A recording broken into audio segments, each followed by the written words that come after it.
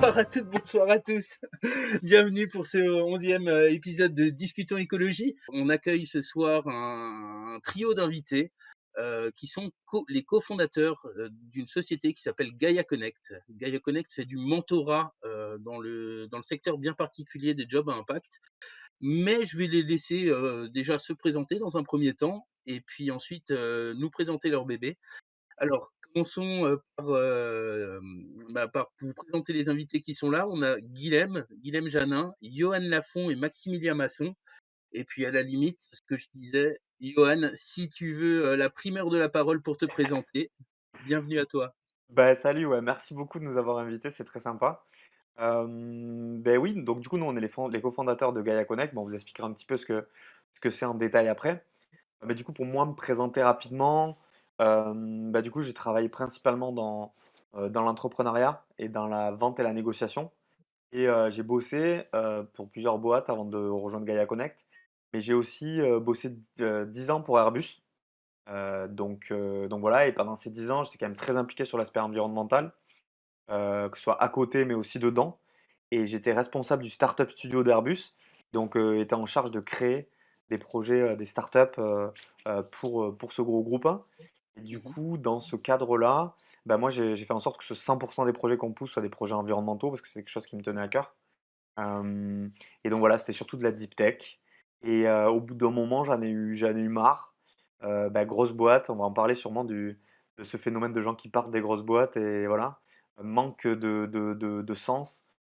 Les projets que je poussais, bah, il y en a la plupart, des fois, ils étaient stoppés par le board d'Airbus. Donc voilà, ça m'a fait dire qu'il fallait que c'était l'occasion pour moi de partir. Et c'est là où j'ai rencontré du coup mes cofondateurs, avec Max, qui est ici, et Valérian qui était censé être ici. Et du coup, on a monté un startup studio à impact, qui s'appelle Jumanji Studio. Et on vous Ouais. expliquera un petit peu, pour ceux qui connaissent pas, quel est le modèle du startup studio, mais je te laisse peut-être te présenter, Max. Bah, peut-être avant qu'on passe à Max, je suis désolé Max, j'ai juste une petite question, vis-à-vis de ton activité chez Airbus. Parce que Airbus, de prime abord comme ça, on pense à des bilans carbone, absolument infâmes, un gros consommateur de kérosène.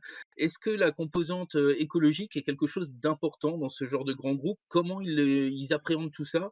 Et des avions, il y en aura peut-être encore, qui volent dans 10 ans, mais est-ce qu'ils seront électriques? Est-ce que c'est dans les tuyaux? Est-ce que tu as des infos là-dessus? Ouais, du coup, il y a beaucoup de questions dans ta phrase, mais du coup, je vais essayer de commencer. Alors, oui, ils prennent en compte l'aspect environnemental dans leur stratégie. À mon goût, pas du tout assez. Et c'est pour ça que je suis parti. Euh, Finalement, quand tu parlais de bilan carbone, le bilan carbone d'Airbus n'est pas si désastreux que ça. Parce qu'en fait, nous, on vend des avions, on les opère pas. Donc en fait, ceux qui ont les bilans carbone les pires, c'est surtout les compagnies aériennes. Mais de toute façon, c'est un peu hypocrite parce que tu fabriques les avions. Donc effectivement, sur toute la lignée, c'est des centaines de millions de tonnes de carbone qui sont projetées dans les airs tous les ans. Donc effectivement, c'est une grosse problématique. Du coup, moi, je travaillais pour essayer de trouver des solutions, enfin, parmi plein d'équipes qui travaillaient à trouver des solutions pour décarboner un peu ce secteur. Il y avait plusieurs pistes. On va pas rentrer dans les détails, mais en gros, il y a plusieurs pistes vraiment. Il y a d'un côté l'hydrogène vert, Ouais. qui est en gros faire des avions avec de l'hydrogène. Mais le problème de l'hydrogène, c'est que l'hydrogène, c'est pas comme le pétrole. Ça se trouve pas souterrain, ça se trouve pas dans les océans. Ça doit être fabriqué. C'est un procédé chimique qui demande beaucoup, beaucoup d'électricité. Et donc beaucoup d'électricité verte si on veut que cet hydrogène soit vert. Donc en fait, on se rend compte qu'on crée des solutions. Ils créent des solutions d'hydrogène, d'avions à hydrogène, d'avions qui sont censés être décarbonés. Pour l'instant, on l'a vu cet hiver où le gouvernement nous disait de ne pas trop consommer parce qu'on n'avait pas assez d'énergie. Imaginons si on switchait tous les avions qui volent dans les airs en avions à l'hydrogène. Il faudrait dans le monde 220 000 éoliennes en plus. En fait, c'est totalement pas du tout crédible. Et si tu veux, c'est un peu, c'est une fuite en avant, quoi. C'est vraiment une fuite en avant. Ils le diront jamais. Mais voilà, c'est un peu. Donc ils font des choses. Ils peuvent pas tous aborder d'un coup. Mais moi, ce que je leur reproche, c'est vraiment ils pourraient avoir une stratégie vraiment de décarbonation. Mais le problème, c'est que toute la stratégie de décarbonation qu'ils ont aujourd'hui, ils augmentent les cadences des avions. Donc il y a de plus en plus d'avions dans les airs. Donc en fait, si tu veux, l'impact restera quand même toujours énorme, quoi. Ouais, c'est le Donc fameux effet rebond, on va moins consommer, mais comme on voyage plus, au final, l'impact est quand même, beaucoup plus délétère, OK. carrément. Mmh. OK, OK. Bah, écoute, merci pour cette réponse et Avec puis, plaisir. bah, je propose d'enchaîner avec, Guilhem. Guilhem, est-ce que tu as réussi à connecter ton micro? Il est déjà présent avec nous sur Discord. Ça a été un petit OK, peu, ça a été un petit OK. peu rock'n'roll pour se connecter. Je Guilhem une peux peut-être fois. du coup le présenter vite fait vu qu'il en attendant Ouais, qu'il se ouais, ouais, connecte je et te ah laisserai si c'est prendre la bon, parole c'est à sa bon. place. C'est bon, vas-y Guillaume. Là, vous m'entendez? Ouais, génial. Ah, on t'entend, super, merci. Oh, quel enfer! Quel enfer Discord! Ça faisait longtemps que je l'avais pas utilisé, et là, j'ai l'impression qu'il veut plus de moi. Ouais, mais une fois qu'on l'a pris en main, c'est un super outil. C'est vrai qu'il Ah, faut mais l'avoir sur son j'avais des ordi. bons souvenirs avec Discord, mais ça faisait longtemps, là. D'ailleurs, le nom qui doit apparaître, c'est mon ancien projet, là. Bref, donc enchanté, j'ai pas tout suivi parce que je me suis reconnecté à plusieurs reprises. Donc moi j'accompagne, Max, Johan et Val, sur le développement de Gaia Connect, sur différents sujets. Et en 2 mots, mon parcours, moi j'ai fait une transition, aussi vers on va dire vers l'impact positif puisque je travaillais, dans un on va dire, ouais, dans un cabinet de conseil où j'étais, responsable d'une division ou d'une business unit, plutôt dans le domaine, RH, donc hyper intéressant parce notre mission c'était de trouver du boulot aux gens. J'ai monté des équipes, ou j'ai managé des équipes, donc plein de missions passionnantes. En revanche, j'avais fait le tour et j'ai eu vraiment envie, notamment pendant le confinement de 2020, de donner un sens différent et d'avoir un impact peut-être plus fort sur le monde qui m'entourait et notamment sur les aspects environnementaux et sociaux. Mon premier projet, ça a été de monter une plateforme on va dire, remote volunteering. L'idée, c'était de permettre aux gens de partager leurs compétences avec des projets qui avaient du sens pour eux, qui étaient alignés avec leurs valeurs. Donc ça s'appelait Talent for Good.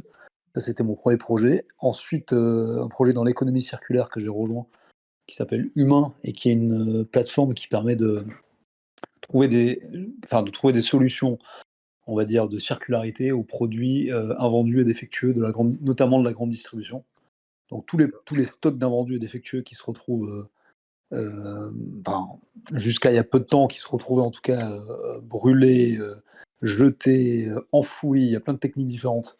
Humain, la solution permettait justement et permet toujours de leur trouver une seconde vie en faisant justement réparer ces produits, upcycler, recycler, donner à des assos, etc. Donc en gros, ça a été ma transition. Là, j'ai quitté le projet tout récemment et ça a été passionnant de passer, enfin comment dire, de faire cette évolution vers des activités dont on sait qu'elles avaient enfin en tout cas, je me réveillais tous les matins en me disant: «OK, ce que je fais là, c'est un impact, quoi». C'est Ouais. un impact. Je sais on va pas changer le monde à nous tout seuls, mais en tout cas, on va avoir on cherche des solutions, quoi. Voilà. En Yes. 2 mots, en 10 mots. Ouais. Eh ben merci beaucoup Guillaume pour cette présentation. On enchaîne avec hop, excusez-moi.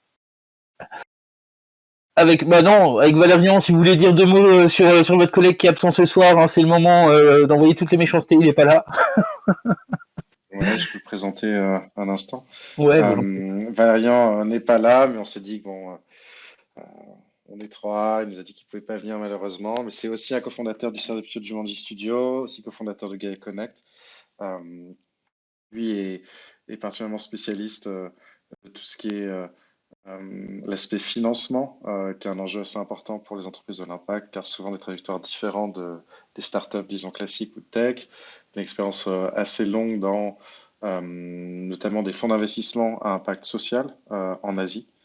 Ok. Lui et moi, on s'est d'ailleurs rencontrés en Asie, et c'est un peu que là-bas, on avait commencé à réfléchir sur des premières idées il y a bien longtemps. Et donc, il était partenaire d'un fonds à impact social en Asie, un des précurseurs. Donc il apporte cette expertise-là à l'équipe.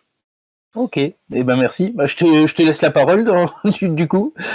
Ouais, bah, en ce qui me concerne, J'ai bien aimé la façon dont Guillaume a un peu abordé la question et je pense un peu faire la même chose et sur moi aussi expliquer un petit peu mon parcours et comment j'ai transitionné. Euh, Moi, j'ai fait un parcours un peu classique, école de commerce française, mais je suis parti directement travailler à l'étranger. C'est récemment que je suis un peu revenu en France pour travailler en France et je travaillais pour des startups asiatiques à Hong Kong et Singapour et notamment pour une boîte de livraison de repas dans laquelle j'étais directeur marketing.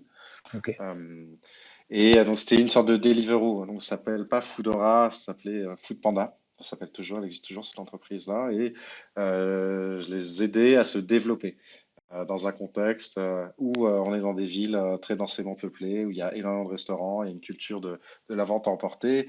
Et en fait, bon, il y a des restaurants en bas de chez toi, donc t'as pas forcément nécessairement besoin de te faire livrer en scooter, mais on travaillait sur ça. Yes. Et au bout d'un moment, ça m'est un peu sorti par les yeux. Je me suis un peu rendu compte que bah, finalement, à part des graphiques et des courbes et juste de la croissance à tout prix, on ne réalisait pas vraiment qu'est-ce qu'on était en train de changer sur la société hongkongaise, dans mon cas, sur le fait qu'on poussait à créer ce nouveau besoin qui était finalement pas si nécessaire. Et donc, Mhm. ça m'a un peu remis en question. Je suis un peu parti de la société sans trop savoir quoi faire, à part que je voulais travailler sur des sujets qui me tenaient plus à cœur.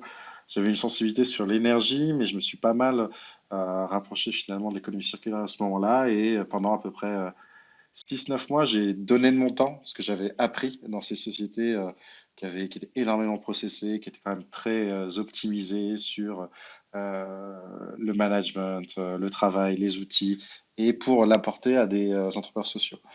Pendant un certain temps, donc j'aidais à Hong Kong ceux qui voulaient de l'aide sur ces sujets-là, et notamment à un moment, je suis resté à aider une entreprise qui faisait du farm to table, donc c'est direct, enfin c'est des produits qui sortent des fermes et qui vont directement chez les gens, ce genre de projet. C'était très sympa, ça m'a un peu ouvert les yeux sur ce que j'avais envie de faire. Et c'est là que a commencé un peu l'histoire de Jumanji Studio, qu'on voit à l'écran, qui est ce startup studio que Johan a mentionné, qui est un startup studio qui crée des startups dans l'impact environnemental sur deux sujets différents qui sont l'économie circulaire ou les écosystèmes à impact.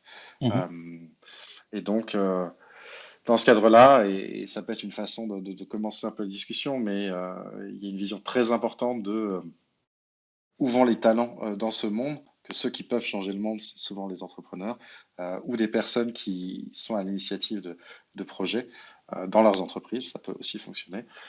Et donc, comment participer à justement aider certains à changer de voie. Euh, et donc, on l'a fait au début en montant des entreprises avec eux, en montant D'accord. des startups à impact environnemental avec eux. Et ça a démarré comme ça. Ok. Et bah, à la limite, parlez-nous un petit peu de Jumanji Studio. On parlera de Gaia Connect juste après, mais je crois que Jumanji Studio était précurseur par rapport à Gaia Connect. Qu'est-ce que Absolument. c'est déjà? Est-ce que vous pouvez nous présenter Jumanji, quelles étaient les missions, comment vous les réalisiez, et puis nous dire un petit peu combien de sociétés, combien de startups vous avez propulsé. Enfin voilà, si vous pouviez nous présenter un petit peu. Ok. Bah, Johan, n'hésite pas à me compléter, mais Jumanji Studio est un startup studio qui crée des idées sur les deux sujets que j'ai mentionnés, donc économie circulaire ou euh, écosystème autour de l'économie positive. Et la façon dont on crée ces entreprises, c'est qu'on le fait en interne, c'est-à-dire que on développe des idées en interne qu'on teste rapidement. Et dès qu'une forme de validation, donc un produit qui commence à trouver sa clientèle, des premiers clients, un premier revenu, voilà, quelque chose qui nous conforte dans l'idée qu'il y a quelque chose à faire, qu'il y a euh, un- une solution qui peut plaire et qui peut aider certains, et qui a un impact qui correspond à nos critères. Dans ces cas-là, on la lance. Et donc on la lance, donc ça veut dire qu'on va y passer du temps avant tout. Mhm. On n'est pas une grosse équipe, on est une équipe euh, de 5 personnes, 5-6 personnes. Euh, donc, quand on dédie du temps dessus, on veut vraiment s'y impliquer. Et en fait, on se positionne comme un cofondateur de l'entreprise. On essaie de se faire rejoindre par, sur chaque startup par un ou plusieurs cofondateurs pour lancer ensemble l'entreprise. Et chaque année, on va lancer 1 à 2 nouvelles startups. Mais voilà, c'est pas énorme, mais le principe est de vraiment de s'impliquer dedans pour les aider à se développer. Et on le fait donc surtout de notre temps, mais également financièrement. Et le principe est de développer les entreprises assez rapidement sur ces sujets-là. Donc demain, j'ai une idée. Vous pouvez m'accompagner sur la levée de fonds. Vous pouvez m'accompagner sur la conceptualisation de l'activité, sur je sais pas les points marketing, communication, etc. C'est un accompagnement global. Bah, oui, donc l'accompagnement est global, mais voilà, on va pas, enfin ça fonctionnera pas ce que je propose parce qu'on va pas, enfin, en fait on a déjà nos idées sur lesquelles on fait rejoindre des équipes en fait. D'accord, On a ok. notre méthode de C'est pas travail sur comment on crée des idées. C'est pas un incubateur, tu vois, c'est plus nos startups qu'on va développer en interne euh, et ensuite sur lesquelles on va développer des équipes et les lancer plus rapidement. On s'est habitué à faire comme ça parce qu'on n'en lance pas tant que ça. Des idées, on en a beaucoup. ouais. Euh, Ça nous permet de fonctionner avec notre standard, notre méthode. Si on était dans un principe de, tu vois, OK, on fait 20-30 boîtes chaque année, avec, je sais pas, une autre échelle, là, je pense qu'on pourrait, mais c'est pas notre cas. Ok, ok. Mais 5 personnes pour lancer des boîtes, vous en avez lancé combien? Je crois que Gaia Connect est le fruit de ce studio, mais il y en a eu combien avant ça? Bah, Et il y a lesquels eu. surtout? Alors, depuis le début, il y en a eu 8. Ah oui. Ouais, depuis les débuts qui commencent fin 2018. Euh, et voilà, je ne vais pas toutes les mentionner, mais il y en a qui n'ont pas réussi, qui n'ont pas fonctionné. Il y en a qui sont toujours en activité. Mais globalement, on est assez content de ce qui a pu se passer, de ce qu'on a pu lancer. Euh, un exemple, ça va être, peut-être que vous avez entendu parler, c'est Bearpack, Oui. entreprise qui est de contenants réutilisables dans la restauration. Donc, ce que ça permet, c'est euh, de passer du jetable au réutilisable dans la vente à emporter, dans la restauration. Donc, tu es mis à la disposition des contenants réutilisables, tu te les fais livrer par Deliveroo, tu vas chercher au restaurant, et ensuite tu peux déposer ces contenants sales une fois après les avoir utilisés dans n'importe quel restaurant du système, tu vois. Et donc ça, c'est une entreprise qu'on a créée, lancée à Singapour, puis en France, à Paris et à Lyon, puis qui a été rachetée par une entreprise suédoise plus grande pour développer plus rapidement. Donc ça, c'est un des exemples qu'on a pu faire. Et là, plus récemment, on a lancé 2 entreprises. Donc, enfin, on va pas toutes les faire, mais j'ai envie de te parler de celles qui sont un peu plus récentes. Donc, Gaia Connect Ouais. et une autre en ce moment qui peut aussi vous intéresser, qui s'appelle Home Cycle. Cycle, ce que ça fait, c'est la location d'électroménager. Donc, c'est typiquement pour justement enlever les frictions sur le prix élevé électroménager et surtout l'impact des déchets électroniques qui est gigantesque. Souvent, dès qu'il y a une première panne, alors que c'est très réparable, c'est bazardé et c'est un petit peu dommage. Donc, nous, on propose justement de louer pour avoir la flexibilité comme un abonnement free, tu vois, que tu arrêtes quand tu veux. Et dès qu'il y a un problème, on vient, on fait réparer. On en fournit une autre. Le prix est plutôt accessible. Donc ça peut être très très pratique pour typiquement un locataire qui va rester 1, 2 ans dans un appart ou qui va rester 6 mois ou un étudiant. Donc ça c'est une boîte qu'on a lancée aussi en partenariat avec Brandt d'ailleurs, le grand Ok. électroménager. Donc on a des belles machines, elles sont disponibles. On essaie d'être un peu dans l'économie d'usage aussi sur changer un peu les comportements. Ah oui, Et donc génial. Gaia Connect. Génial. Bah, juste dernière question là, sur ta société de location d'électroménager. En termes de maillage, est-ce que vous êtes présent sur la France entière? Ou est-ce qu'il faut être forcément parisien, lyonnais ou avoir la chance d'habiter dans une grande ville pour pouvoir profiter de ce type de service?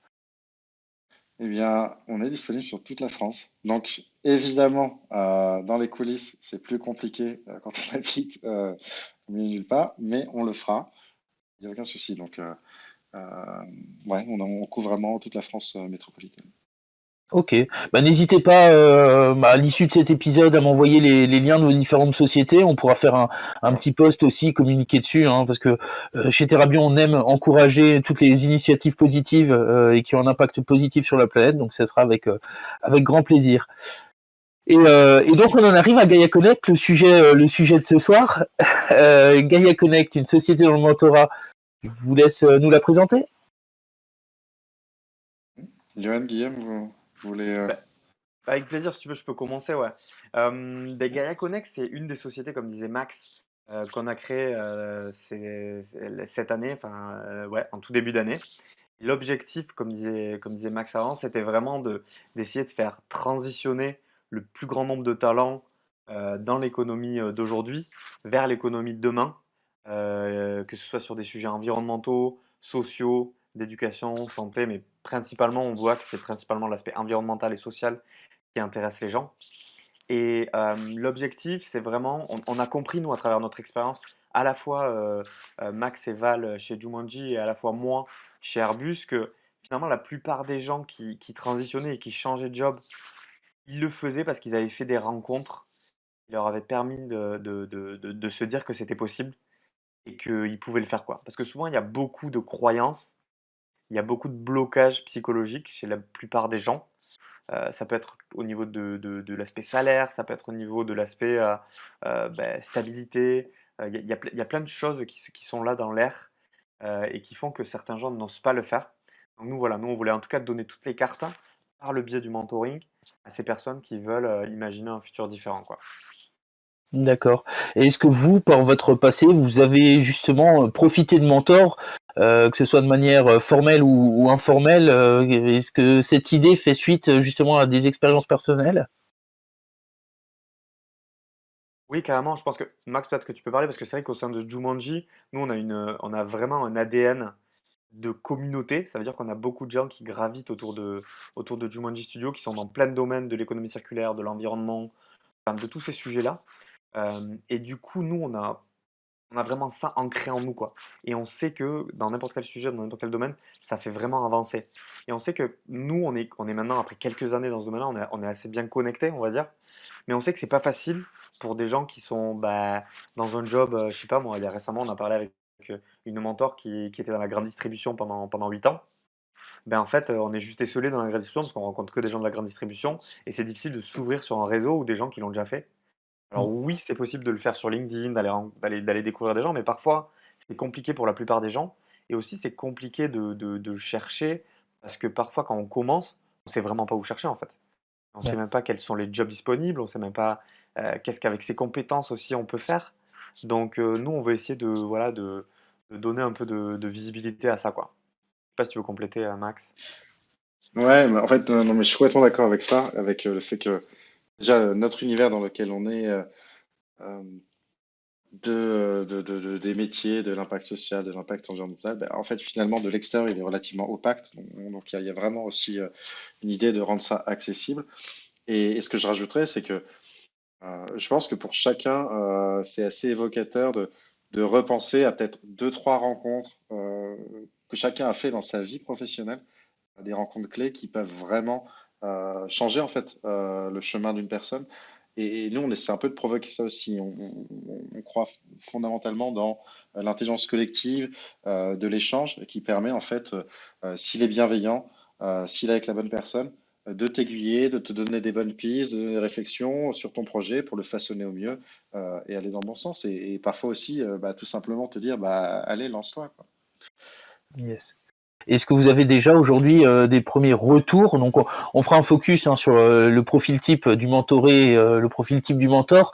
Mais est-ce qu'aujourd'hui vous avez déjà des retours éventuels, des gens qui vous disent ça a révolutionné ma vie ou j'ai pu recalibrer mon projet ou je sais ce que je veux faire plus tard. Est-ce que vous avez eu déjà des retours de mentoré que ça a aidé? Ouais, carrément. Et n'hésite pas à me compléter, Guillaume aussi. Mais du coup, on a fait les premiers. Donc, on a une centaine de mentors à l'heure d'aujourd'hui, de mentors. Et on a lancé notre offre il y a quelques mois, donc c'est très très récent. Donc, on est encore en train de tester, de voir quels sont le meilleur moyen de le faire. Mais on l'a déjà fait sur une petite vingtaine il y a déjà une vingtaine de personnes qui ont pris notre service et qui ont fait 5 sessions de mentoring avec 5 personnes différentes. Et ce qui est vraiment cool, donc c'est qu'évidemment, on fait passer des questionnaires après chaque rencontre, après la fin du programme pour essayer de comprendre, améliorer. Bah, voilà, je vous apprends rien, essayer d'améliorer quand on lance un truc, il faut de suite essayer d'améliorer les choses qui sont améliorables. Donc du coup, ce qui est super cool, c'est qu'on a 100% de gens qui étaient ravis par l'expérience. Donc en fait, on a une question sur les expectations, sur les attentes, est-ce elles ont été atteintes? Mhm. Et ce chiffre, il est à 100%, donc c'est vraiment très très cool. Après, encore une fois, on n'a pas beaucoup de recul sur est-ce qu'ils vont transitionner, mais ce qui est fou, c'est qu'il y en a déjà quelques-uns qui ont déjà soit pris une année sabbatique, soit changé de job, soit entrepris quelque chose dans leur boîte pour monter un projet dans ce domaine-là. Donc en fait, on voit que ça va très vite en fait.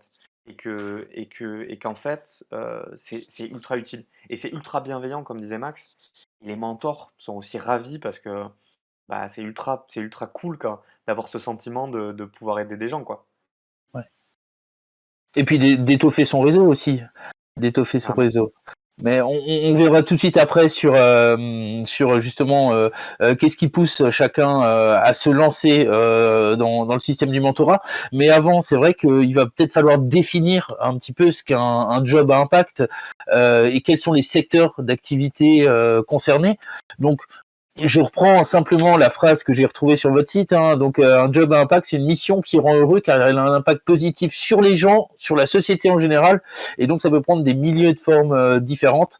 Je compléterai ça en disant donner du sens à son activité professionnelle, limiter son impact environnemental, ce qui nous touche beaucoup chez TerraBio DAO. Et j'ai listé quelques-uns des secteurs d'activité que j'ai trouvé encore une fois sur votre site Gaia Connect. Mais est-ce que vous pourriez nous donner un ou deux exemples de type de mentor, ouais, voilà, quel type de personne vous avez? Est-ce que c'est du cadre sup qui a le temps? Est-ce que c'est de l'indépendant? Est-ce qu'il y a un profil déjà général qu'on pourrait mettre en place? Tu peux peut-être répondre à ça, Guillaume? Sur les profils de mentors? Ouais, c'est ça. Quel est le mentor type? Est-ce qu'il déjà il existe ce mentor type? Et quel est son secteur d'activité? Est-ce que c'est plutôt des gens indépendants, des cadres supérieurs dans des grosses boîtes? Voilà, quel est le profil type du Alors, mentor? c'est très intéressant parce que c'est d'actualité. Cette semaine, on en a eu pas mal au téléphone encore qui souhaitaient s'inscrire comme mentor et donc avec qui on a un échange pour valider si c'est pertinent ou pas et leur expliquer comment ça fonctionne. Alors, il n'y a pas vraiment, il y a pas vraiment de profil type. Après, il y a des grandes tendances qui se dessinent. La plupart, quand même, ont fait eux aussi une transition. Nous, en fait, notre objectif, c'est de mettre les mentorer, les personnes intéressées avec des spécialistes de l'impact positif pour qu'ils comprennent justement quels sont les débouchés possibles, quels sont les métiers, quels sont les salaires, les formations nécessaires, les compétences, bref, tout. Comprendre un peu le game. Mhm. Mais c'est pas forcément des gens qui ont fait leur transition a priori. Sauf que les mentors se retrouvent un peu dans ce modèle, dans ce qu'on propose. Ce sont ceux qui, en général, ont aussi fait une transition et ont envie de partager ça et ont envie d'aider parce que eux aussi auraient aimé être accompagnés et avoir des conseils au moment où ils l'ont fait. Donc en fait, par la force des choses, on se retrouve avec des mentors qui ont eux aussi fait cette transition, qui en général étaient donc là, je parle en majorité, hein, c'est des tendances qui, en général, étaient plutôt dans des grandes entreprises ou dans des boîtes de la tech, pas forcément énormes, ça peut être des startups ou quoi, mais qui avaient des jobs, en tout cas, qui étaient assez, on va dire, traditionnels, quoi, qui étaient, en tout cas, plutôt de l'économie, pas de l'économie, justement, circulaire ou monde de l'impact positif, on va dire, ou du monde associatif et cetera. Plutôt des jobs classiques dans des entreprises assez classiques, ça peut être des grands groupes, bancaires ou non, ou dans l'énergie. Des personnes qui ont, eu vraiment un peu ce conflit de valeurs à un moment et qui ont voulu, mettre du sens dans leur expérience professionnelle Ok. et qui souhaitent partager et échanger. En général, ils ont plutôt un bon niveau d'expérience, c'est-à-dire, je pense qu'il n'y en a pas beaucoup qui ont moins de 10 ans d'expérience. Effectivement, c'est plutôt des cadres. Mmh.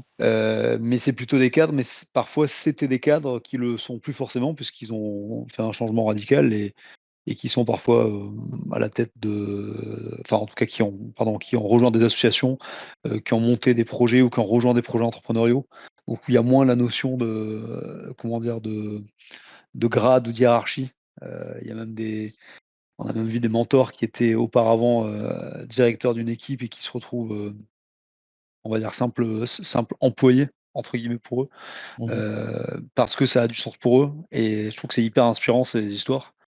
Ces récits là qui sont pas dans le mainstream, qui sont pas ce qu'on nous apprend à l'école, qui sont pas relayés par les médias et qui sont plutôt atypiques pour l'instant, mais qui vont peut-être se développer puisque, la valeur et le sens prend le dessus sur, peut-être, une trajectoire de carrière, on va dire, ouais, traditionnelle, mainstream, classique. Yes. Je sais pas si j'ai répondu Non, non, parfaitement parce qu'il y a pas vrai il y a pas beaucoup plus de tendance que ça, je trouve, sauf si, Max et Johan, vous avez observé aussi d'autres points que j'ai pas mentionnés? Je pense que c'est assez complet, hein. Je ne rajouterai rien à tout ça. yes. Et ouais, Maxime, tu voulais peut-être dire quelque chose? Sinon, j'avais eu une petite question. Non? Vous les trouvez comment, vos mentors, justement? Est-ce que peut-être il y a des gens dans l'auditoire ou qui réécouteront cette émission plus tard qui se disent bah tiens moi aussi j'ai envie d'aider. Est-ce qu'ils peuvent rejoindre et comment ça se passe? Carrément. Alors comment on les trouve? Ça c'est assez cool parce que depuis le début, ça a été fait de manière assez organique. Alors au tout début, on a fait notre premier cercle. Comme je te disais avant, on a une communauté qui était assez grande autour de Jumanji, donc on a utilisé ces gens qui travaillent dans l'impact positif déjà. Et ensuite, petit à petit, le mot s'est passé, il y a pas mal de mentors qui nous ont rejoints. Donc pour s'inscrire, pour les gens qui ont un job à impact, et qui veulent devenir mentor et aider des gens, c'est simple, il suffit d'aller sur le site gaiaconnect.co et du coup, en haut à droite, il y a un petit bouton avec écrit «Devenir mentor». Il envoie sur un questionnaire, qui est un questionnaire, qui prend 2 3 minutes et nous ensuite, on revoit c'est pas des candidatures parce que c'est des gens qui aident, mais on revoit et on fait en sorte d'être sûr que les gens qui s'inscrivent ont vraiment un job à impact positif pour pas que l'expérience des utilisateurs, même tease, soit dégradée. Mhm. Mais voilà, et du coup, on les revoit et généralement, on fait un appel avec eux pour leur expliquer un petit peu le concept, expliquer à quoi ils doivent s'attendre, et voilà. Et c'est comme ça qu'ils s'inscrivent, quoi. D'accord. Et est-ce que les sessions de mentorat sont cadrées? Est-ce que vous instaurez un cadre, une trame, ou c'est vraiment libre et au feeling entre le mentor et le mentoré? Alors pour l'instant, c'est au feeling. Enfin, je veux dire, il n'y a pas de cadre très spécial. Alors, on a des règles, évidemment. Et on a des règles qui sont la bienveillance, la ponctualité, voilà, des règles comme ça qui sont disponibles aussi sur notre site pour être sûr que les échanges se font dans un cadre correct. Ouais. Mais ensuite, on laisse la place à l'opportunisme et à l'altruisme sur ces échanges. Mais évidemment, à l'avenir, on pense qu'on va essayer de définir un cadre un peu plus poussé pour encourager pas certaines pistes, parce que les pistes sont très différentes en fonction des échanges, mais voilà, pour vraiment faire en sorte d'ouvrir le débat pour des personnes qui seraient peut-être moins à l'aise dans la gestion d'un échange, quoi, on va dire. Donc voilà, n'hésitez pas aussi à compléter, hein. Yes. Bah, je crois que le message est passé. Des mentors aujourd'hui, vous en avez combien? Bon, le chiffre est pas important, mais ouais, est-ce que vous avez une équipe qui touche différents secteurs? Ouais, si on pouvait On quantifier ça à peu commence à près. avoir, je pense qu'on a un peu plus d'une centaine de mentors aujourd'hui. D'accord. Donc ça commence à être suffisamment de mentors pour être précis sur différents sujets de l'impact. Donc quand on va recevoir un mentoré qui s'intéresse, je sais pas, à la finance durable, on arrive déjà à en avoir un certain petit nombre qu'on peut lui rediriger par secteur sur la mobilité. On commence à en avoir un petit peu aussi euh, de différents âges. Voilà, ils sont tous francophones. quasiment tous en France. D'ailleurs, tout est en français pour l'instant, mais peut-être qu'un jour ça deviendra un peu plus anglophone. Et pour l'instant, tout est en français. Et voilà, on a aussi des mentors qui sont plus autour de l'entrepreneuriat ou les plus petites structures, comme on en a qui sont dans des grosses entreprises à l'initiative de projets internes. Euh, voilà, il y a pas mal de variations. Moi, ce que je remarque d'ailleurs, en général dans les mentorés et dans le mentorat, c'est un peu ces deux univers de l'impact plus individuel dans les petites structures professionnelles ou l'impact où on change la grande structure de l'intérieur. Tu vois. Ça, c'est les deux sortes de spectres où tu as un peu les deux côtés, et puis ensuite, tu as d'autres personnes avec des structures un peu plus intermédiaires entre les deux. D'accord, merci beaucoup. Et je pourrais juste rajouter un point là-dessus, enfin en tout cas un sentiment plutôt, Ouais. c'est que pour échanger justement régulièrement avec ces mentors-là, pas tous, mais en tout cas certains d'entre eux, comment expliquer? C'est comme si ils arrivent par leur histoire et par, en fait, ils sont vraiment animés par ce qu'ils font et par la transition qu'ils ont faite pour ceux qui ont transitionné. Que même moi qui les écoute, qui essaie de les valider, qui les challenge, et cetera, bah, même moi, ils m'inspirent. Donc ce que je veux dire par là, c'est que, c'est vraiment des gens, pour la grande majorité, qui sont, des gens qui pas naturellement, mais en tout cas de par leur histoire, sont inspirants. Et même si, par exemple, sur un sujet très précis, peut-être qu'il nous manque certains mentors encore sur, je sais pas, sur le numérique durable, je sais pas, là pour le coup, faudrait que je vérifie, mais peut-être ce que je veux dire, c'est que leur, histoire et leur manière de partager leur expérience et leur envie d'aider et de transmettre et cetera, c'est déjà, hyper inspirant et ça fait déjà du bien à justement aux gens qui les ont eus, en tout cas pour l'instant. Mmh. Donc, ce que je veux dire, c'est que même si sur le papier, on n'avait pas comment dire? L'expérience idéale, en tout cas par rapport à ce qu'on pourrait rechercher, je trouve que leur mindset et ce que je viens d'évoquer là, sur leur envie de transmettre, et cetera, apparemment fait beaucoup de bien. Et je l'ai découvert un peu, comme ça sur le tas aussi et je trouve ça bien. C'est-à-dire que ils peuvent apporter d'autres choses auxquelles on n'avait pas pensé, quoi. Yes. Et Bah, et ça, les mentorés nous l'ont dit. Bah écoutez, sur l'aspect numérique responsable, en tout cas, si vous cherchez des contacts, des choses comme ça, nous ça fait 1 an et demi qu'on bosse justement sur un label éco-responsable parce qu'on a trouvé que l'ISO 26000, tout ce qui était RSE, etc., fonctionnait très très mal avec le monde du numérique. Donc ça fait et encore moins avec le monde de la blockchain qui nous concerne plus particulièrement. Donc si demain vous cherchez des gens, n'hésitez pas, on a aussi un carnet d'adresses, il y aura peut-être des gens qui écouteront ce soir et qui seront intéressés pour venir en renfort là-dessus. Johan, excuse-moi, je t'avais avec coupé. plaisir. Non, et j'en profite justement pour te dire, toi, tu as eu ta première expérience, parce que du coup, tu es mentor aussi chez Gaia Connect. Du coup, on est ravis de t'avoir avec nous. Et je sais que tu as fait une première saison, ou peut-être plusieurs. Et je sais que même juste après cette session, j'aimerais avoir ton avis justement sur cette expérience, parce que juste après cette session, la personne que tu as mentorée, qui est de mémoire, parce que je peux pas me rappeler de tout le monde, mais je crois que c'est Olivier, Ouais. si je dis une bêtise. Ben Olivier, il va prendre une année sabbatique et après ta discussion, il m'a vraiment envoyé un message en disant bah c'était fou la discussion que j'ai eue. Je crois que tu étais le dernier Ouais. de ce truc et il a pris son année sabbatique et il va commencer à bosser sur des projets à impact quoi. C'est vrai quoi. Enfin en tout cas, tu as eu un call avec lui et c'est ce qu'il m'a dit juste après quoi. Donc je voulais vraiment en profiter pour te le dire. Eh ben, Une petite info. je suis vraiment ravi d'apprendre que ça a servi et qu'il a su rebondir parce que pour vous briefer rapidement, effectivement, c'était quelqu'un qui travaillait chez Airbus et comme tu nous le disais, Johan, tout à l'heure, il se rendait compte qu'il y avait des partis pris et des engagements écologiques, mais que derrière, c'était pas en adéquation avec la société de demain et la société telle qu'il l'imaginait.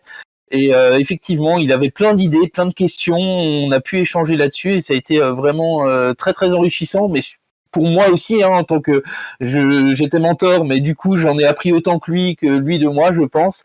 Ça a été vraiment une super expérience et puis je suis ravi aujourd'hui de savoir qu'il a su rebondir et prendre le coche. Bah, je suis en contact avec lui sur LinkedIn, on n'échange pas souvent, mais j'irai lui remettre un petit message pour savoir ce qu'il devient. Ouais. Trop cool, mais one shot, one kill quoi. Ouais, mais c'est top, c'est top. Yes. Ouais, non, c'est super, super. Bah écoute, ouais, j'irai recontacter Olivier. Et d'ailleurs, bah, est-ce que c'est le seul aujourd'hui qui a déjà transitionné? Tu m'as parlé de gens qui prenaient des années sabbatiques, donc Olivier, mais vous en avez eu combien ou quel type, si vous avez des histoires à nous raconter, des histoires de mentors ou ce genre de choses? Et il y en a plusieurs qui ont fait leur transition. Alors, chez certaines personnes, ça peut prendre plus de temps que d'autres.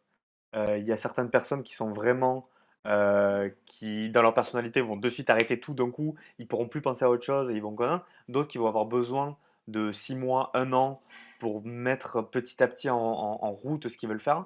Mais je sais pas, je peux partager quelques histoires, peut-être que vous en avez d'autres, Max et Guillaume, mais je pense à Mickaël avec qui tu as parlé, Guillaume, il y a récemment, qui travaille pour une grosse multinationale en France et qui lui veut rester dans cette boîte. Bah, tu veux peut-être en parler, Guillaume, vu que tu l'as eu au téléphone, mais c'était une histoire intéressante, je trouve.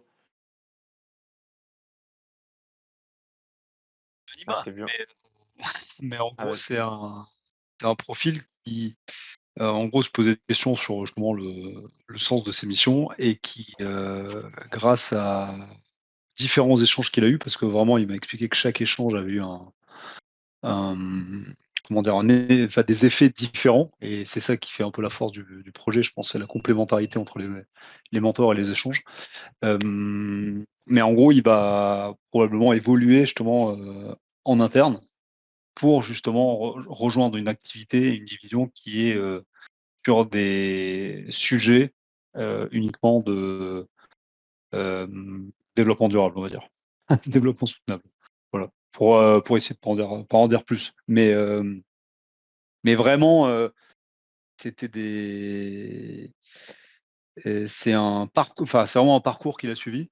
C'est-à-dire que les 5 mentors qui l'ont accompagné, ils lui ont à chaque fois, apporté des briques qui, empilées les unes sur les autres, lui ont permis de faire cette transition et ce qui est, je trouve, cool dans cette histoire, c'est qu'il reste dans son entreprise et il va, je vais dire simplement, c'est pas simplement, mais en tout cas, il va pouvoir évoluer au sein de sa boîte et changer les choses en interne, sans pour autant tout plaquer, tout changer, peut-être, repenser sa rémunération. Là, c'est aussi une belle histoire, quoi, de changer de l'intérieur, quoi.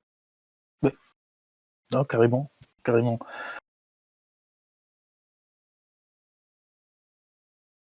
Ouais, c'est vrai que c'est top.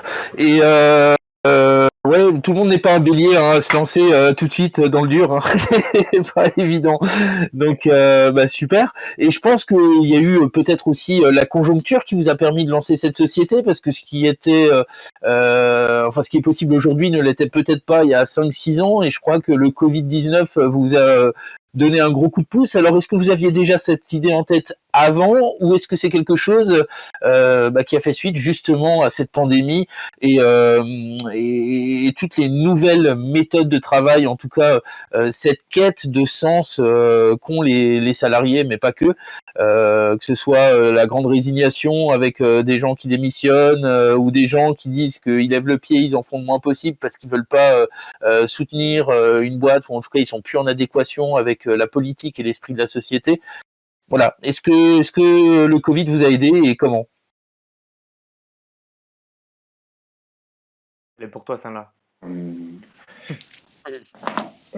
Ok, moi je prends les questions macroéconomiques, ça me va. Yes. Euh, non, en fait, c'est difficile à dire. Je pense que l'idée, elle est. Enfin, en fait, le Covid est un peu indépendant de la volonté qu'on a toujours eue d'essayer de contribuer à accélérer la transition de talent vers ces sujets-là. Ça, c'est quelque chose qu'on a depuis le début dans notre ADN. Mais après, je pense que le Covid a été un accélérateur en général sur le fait que les gens sont restés chez eux, se sont posés des questions, ont réfléchi un petit peu plus. Ok, il y a eu pas mal d'introspection forcée en fait, qui a forcé, enfin, qui a invité plein de gens à réfléchir. Euh, les nouveaux modes de travail, comme tu dis, euh, ont aussi permis ouais, de réfléchir un petit peu plus à ce que chacun voulait. Donc dans ce contexte-là, je pense que Cette idée-là, on l'avait, on ne savait pas trop comment la sortir, sous quelle forme, sous quel format. Ça s'est un petit peu précisé plus récemment.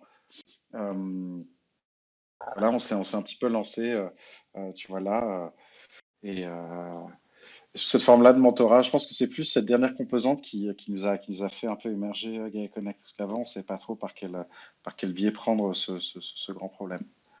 Et voilà, et on l'a conçu pour justement pour accueillir un maximum de mentorés. Et c'est un peu notre ambition aussi, c'est pouvoir aussi accompagner un grand nombre de personnes dans ces choix importants de vie. Yes, merci. Et il y a un vrai Ah, pardon.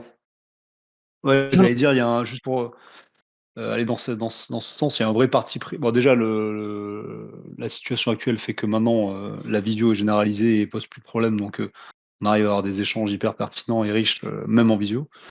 Et ouais, il y a le parti pris d'accompagner toutes ces personnes en quête de sens pendant une période où justement ils se sont posés beaucoup de questions et il leur manquait les réponses. Donc maintenant, les réponses, on les a. Il faut juste faire les bonnes connexions et comment dire, ouais, c'est les bonnes connexions. Je pense ce qui manque souvent, c'est les bonnes connexions. Je m'arrête là. Bah ouais, souvent les belles histoires sont issues d'une rencontre. Hein.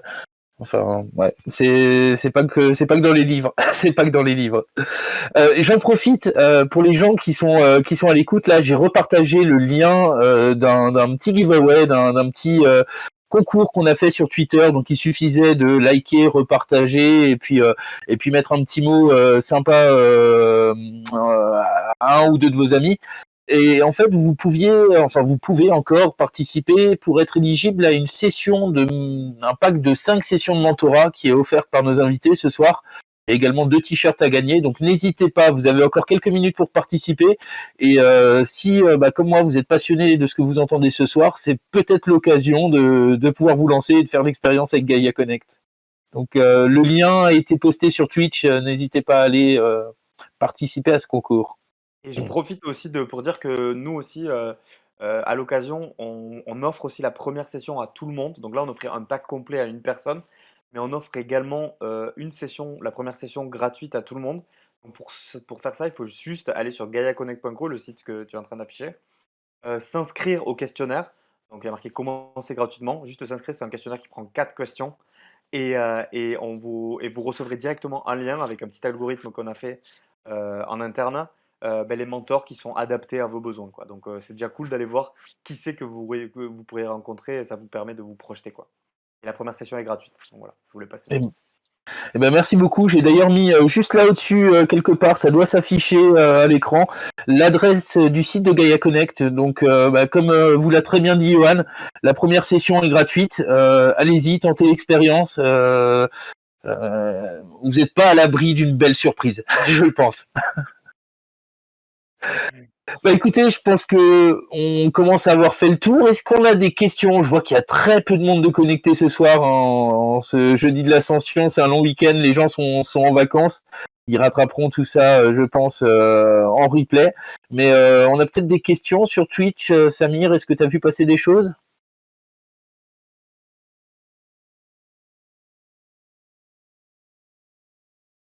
Non. Bon, c'est que les gens ont été très studieux. Messieurs, est-ce que de votre côté, vous avez peut-être des choses à ajouter également pour conclure cet épisode? Non, merci à vous de nous avoir invités, c'était très cool.